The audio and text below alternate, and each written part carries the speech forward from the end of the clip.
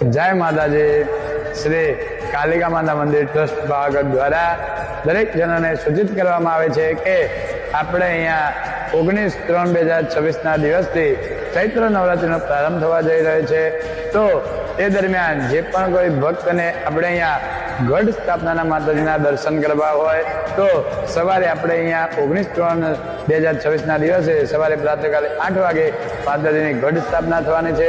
તો દરેક ભક્તને સૂચના કે એ ગઢ સ્થાપના વખતે જે કોઈને પણ દર્શન કરવા હોય તો તે સવારે પ્રાતઃકાલે 8 વાગે આવી જાય।